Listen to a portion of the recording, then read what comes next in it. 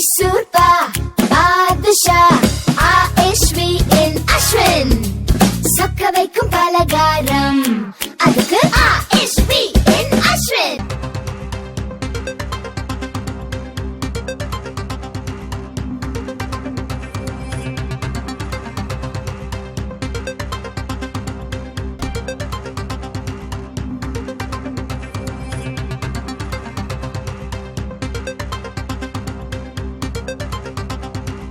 முன்னாள் அமைச்சர் வைத்திலிங்கம் மீதான வழக்கை மீண்டும் விசாரிக்க கோரி நீதிமன்றத்தில் மனு தாக்கல் செய்யப்பட்டிருக்கிறது.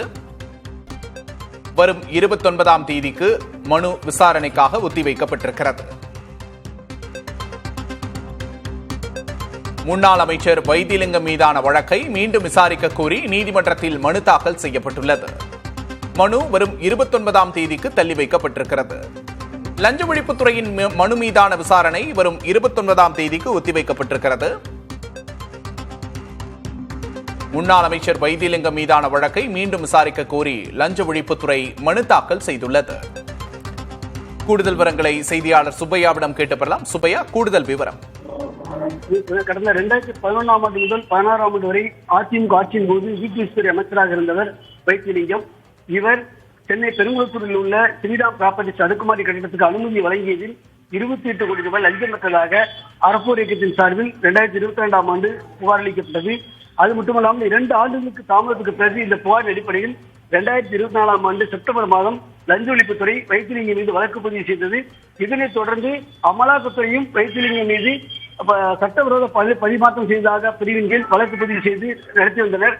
இந்த நிலையில் சென்னை முதன்மை அமர்வு நீதிமன்றத்தில் நிறைவேறிய வழக்கில் முன்னாள் அமைச்சராக இருந்த வைத்திலிங்கம் அதிமுகவிலிருந்து கடந்த ஜனவரி மாதம் திமுக அப்போது ஆளுங்கட்சியான திமுகவுக்கு தாவினார். இதனைத் தொடர்ந்து வைத்திலிங்கம் மீதான குற்றச்சாட்டுகளுக்கு போதிய ஆதாரங்கள் இல்லை என்ற ஒரு முடிவுக்கு வருவதாக லஞ்ச ஒழிப்புத்துறை, மாநில அரசின் கட்டுப்பாட்டில் உள்ள லஞ்ச ஒழிப்புத்துறை ஒரு மனு ஒன்றை நீதிமன்றத்தில் தாக்கல் செய்தது. இந்த நிலையில் இந்த வழக்கில் இன்று உத்தரவு பிறப்பிப்பதாக சென்னை முதன்மை அமர்வு நீதிபதி தெரிவித்திருந்தார். ஏற்றால் வழக்கிலிருந்து விடுவிப்பது தொடர்பான முடிவுக்கு வந்திருந்தார். இதற்கிடையே அறப்போர் இயக்கத்தின் சார்பில் ஒரு மனு ஒன்று தாக்கல் செய்தார்கள். எந்த அடிப்படையில் விடுவிக்க லஞ்ச ஒழிப்புத்துறை முடிவு செய்து அந்த ஆவணங்களை எங்களுக்கு வேண்டும், நாங்கள் இந்த லஞ்ச ஒழிப்புத்துறை முடிவுக்கு எதிர்ப்பு தெரிவிக்கிறோம் என்று லஞ்ச ஒழிப்புத்துறையின் சார்பில் அறப்போரின் சார்பில் ஒன்று தாக்கல் செய்யப்பட்டது. இதே போன்று அமலாக்கத்துறை சார்பில் ஒரு மனு ஒன்று தாக்கல் செய்யப்பட்டது.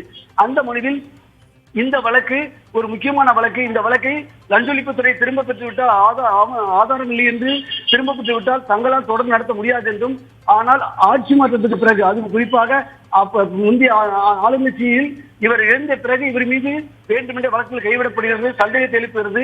லஞ்ச ஒழிப்புத்துடைய நடவடிக்கை சந்தேகம் இருப்பதால் இதை சாதாரணமாக விட்டுவிட முடியாது. ஆகவே இந்த வழக்கை தொடர்ந்து நடத்த வேண்டும். இதற்கு கடும் எதிர்ப்பு தெரிவித்து இது தொடர்பாக அமலாக்கத்துறை மனு தாக்கல் செய்திருந்தது. இந்த மனு இன்று முதன்மை நீதிமன்ற நீதிபதி கார்த்திகேயன் விசாரணைக்கு வந்தது. அப்போது இந்த வழக்கை முடித்து வைப்பதற்கு எதிர்ப்பு தெரிவித்து தாக்கல் செய்யப்பட்ட அமலாக்கத்துறைக்கு இந்த அதிகாரம் இல்லை என்றும் அவர்களுக்கு இந்த மனு விசாரணைக்கு ஏற்கத்தக்கதில்லை என்று வைத்திலிங்கம் தரப்பில் எதிர்ப்பு தெரிவித்தார்கள். அப்போது நீதிபதி இது தொடர்பாக டிவிஷன் பெஞ்ச் உத்தரவை அவர்கள் தாக்கல் செய்துள்ளார்கள். ஆகவே இந்த மனு விசாரணைக்கு உகந்ததா இல்லையா என்பதை 29ஆம் தேதி முடிவு செய்கிறேன் என்று தெரிவித்தார். அது மட்டுமில்லாமல் அப்போது அறப்போர் இயக்கத்தின் சார்பிலும் தங்கள் தரப்பு கருத்தை கேட்க வேண்டும் என்று தெரிவித்தார்கள். உங்கள் கருத்தையும் கேட்கிறோம். அதே போன்று லஞ்ச ஒழிப்புத்துறை இந்த வழக்கை மீண்டும் விசாரிக்க வேண்டும் என்று தற்போது புதிய மனு ஒன்றை தாக்கல் செய்தார்கள்.